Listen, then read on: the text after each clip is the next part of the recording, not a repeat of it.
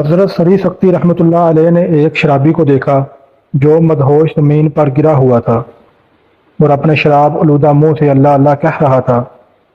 حضرت سری سختی رحمۃ اللہ علیہ نے وہیں بیٹھ کر اس کا منہ پانی سے دھویا اور فرمایا، اس بے خبر کو کیا خبر کہ ناپاک منہ سے کس پاک ذات کا نام لے رہا ہے۔ اس کا منہ دھو کر آپ چلے گئے۔ جب شرابی کو ہوش آیا تو لوگوں نے اسے بتایا، تمہاری بے ہوشی کے عالم میں حضرت سری سختی رحمۃ اللہ علیہ یہاں آئے تھے اور تمہارا منہ دھو کر گئے ہیں۔ شرابی یہ سن کر بڑا پشیمان اور نادم ہوا اور رونے لگا اور اپنے نفس کو مخاطب کر کے بولا، بے شرم، اب تو سری سختی رحمۃ اللہ علیہ بھی تجھے اس حال میں دیکھ گئے ہیں۔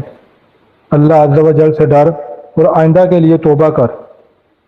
رات کو حضرت سری سختی رحمۃ اللہ علیہ نے خواب میں کسی کہنے والے کو یہ کہتے ہوئے سنا، اے سری، تم نے شرابی کا ہماری خاطر منہ دھویا، ہم نے تمہاری خاطر اس کا دل دھو دیا۔